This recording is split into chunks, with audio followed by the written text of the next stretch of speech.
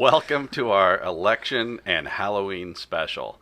We're going to throw a few things together here. I know a lot of people listen rather than watch, but I have to be really clear about this. Manish and I are dressed up in character.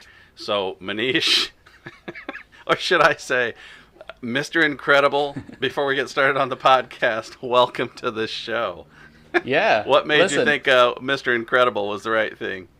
Oh man, we've seen Incredibles 1 and 2 in our house maybe 500 times, and so we're all, my wife's Edna, the kids are Frozone and Jack, and so we take Halloween seriously. This is as a father, it's my duty to hold down the fort and dress up. So this is who I am.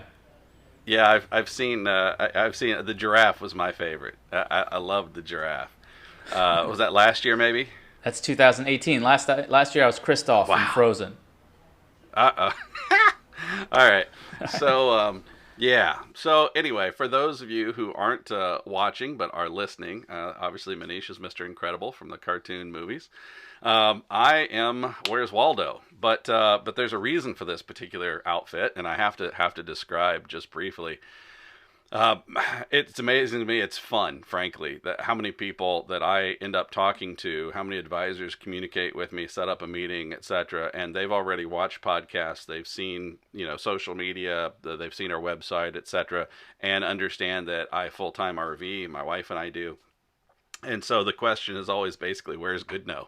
I have not dressed up in a Halloween costume since college. And so Manish basically said, hey, we're doing a Halloween special. Get a damn costume. So here I am. This seemed to make sense to me. So where's Goodnow? Now I'm going to pull another one out of my hat, which is, this is my take on Mr. Rogers, because right now, if you know Where's Waldo and you aren't actually watching, Waldo has these ginormous big round black glasses. And I can't see shit right now. So, in the efforts of Mr. Rogers, I'm not changing shoes. I'm changing glasses to my own black glasses. Oh, They're not going to be much wa- different. wow. Hey, man. All right, let's go. Leave my Coke bottles alone. All right, so here we go. Let's hit on this, right? We're gonna have a little chat about elections. And look, I realize I've gotten stuff from many of the big players, other big managers and complexes out there on their own take with 47-page diatribes about what's good, bad, or other in this circumstance. But our take is this: we say this all the time, which is until the data changes from an investment standpoint, we're not, it just doesn't matter. And so we wanted to dive in, and this is something we sometimes find that we're right, sometimes we're wrong, who knows. So that's what we wanted to do, is bring some tidbits for you, the advisors, to be able to talk to clients and have an understanding about whether or not this one word, worry, is really appropriate in this particular time, right? Well, So because from Jeff, that, yeah. it comes up all the time, and it comes up even more now, where advisors reach out and say, "Listen, I have a client who's extremely worried about insert headline, trade wars, extremely worried about the election, who's going to become president." And what we want to address is are any of these worries valid?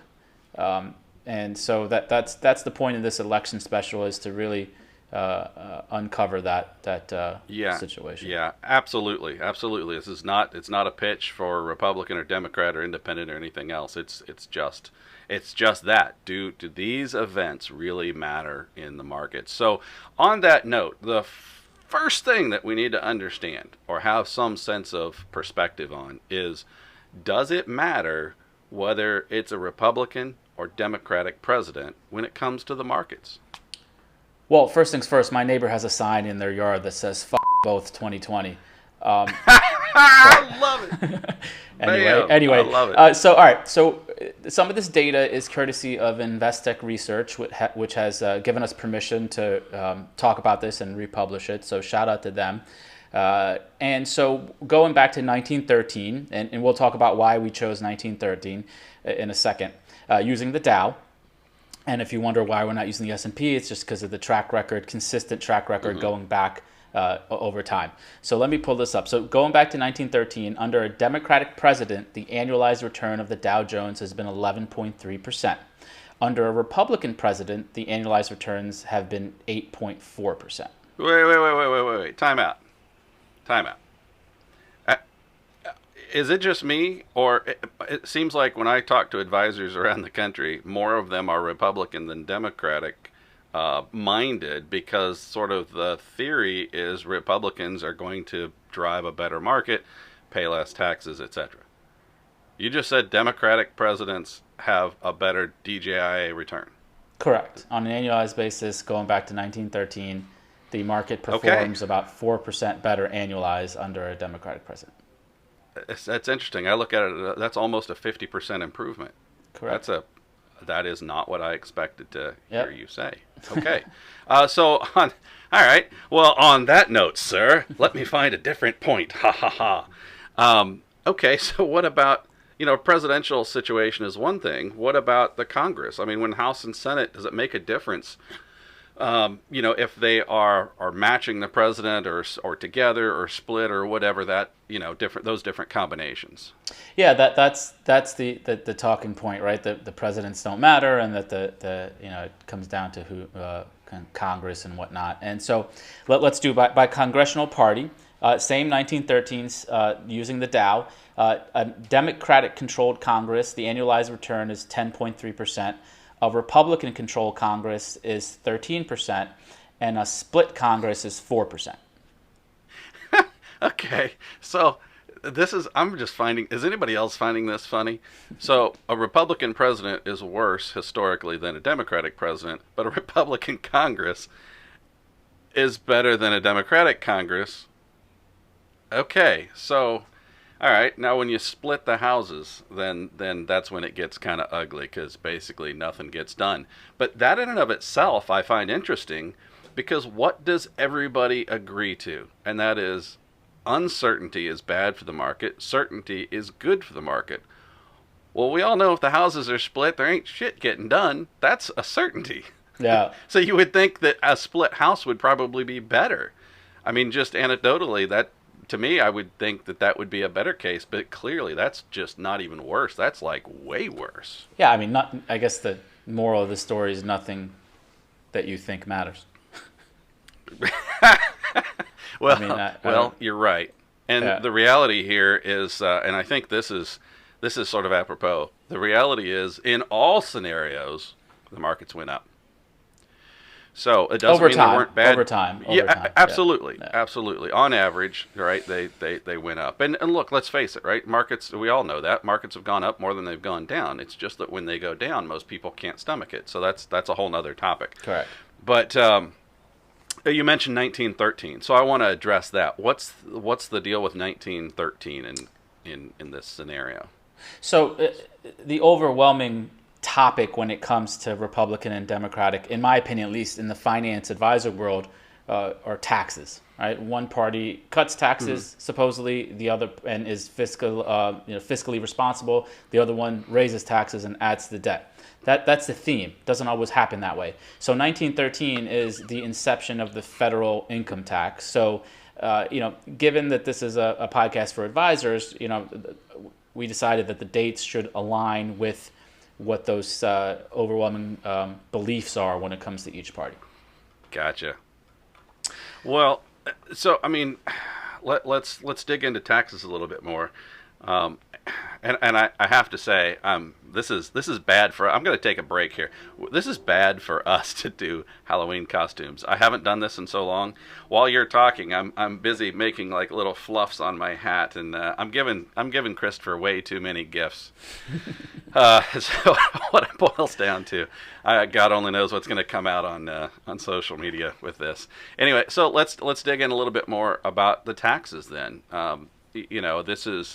This is something that, I mean, I've been in the business 25 years, for crying out loud. I've seen a lot of different scenarios, and that is one of the big themes that seems to be happening right now is, oh, well, if X party gets in, then taxes go up. If Y party gets in, then taxes go down or stay the same or whatever.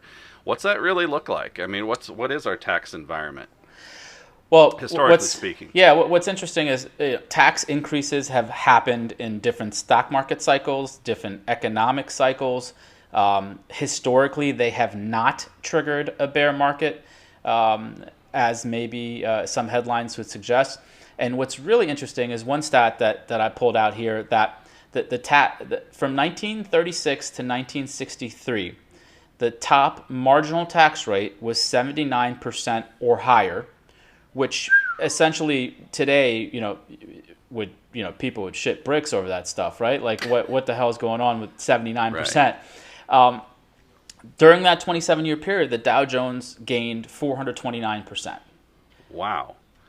That's okay. I'm just learning all kinds of things. This is definitely not what I expected. That's a pretty good kicker. Now, granted, that's a pretty solid time frame too, though. I mean, you 30 years, whatever. I think one of the things that's clear, right? Great Depression, raise taxes while everybody's out of work is probably not the most brilliant idea. But the reality is, and you and I were having a conversation the other day where it kind of depends on what they're doing with it, right? I mean, can you speak to that at all? Yeah, we have these water cooler conversations with folks who are like, well, the taxes go up and the economy is going to crash. Rich people aren't going to spend any money. They're going to high tax, whatever it may be. It's too narrow of a conversation. You don't know if taxes go up, is that going to drive economic growth? If taxes go down, are people who save money on taxes going to drive economic growth, or are they going to just hoard it? Save it. So it's an incomplete conversation. So when it comes to taxes and the markets, once again, we are not here to pick a side. We're just saying that roaring bear markets, tax increases, decreases, they've happened under both Republican and Democratic Congress, as well as administrations, presidents, and frankly, it has no bearing. It's more towards what else is going on in the world, whether you're in a bull or a bear, the technicals or the economy. Right. And so I think that's really the conclusion, right? I mean, it's from all these stats is that it just doesn't matter. Yeah, well, and like I said, there are other things that are going on too. I mean, you end up with wars and conflicts, and there's all kinds of things, and it goes back to that word I started with, which is worry.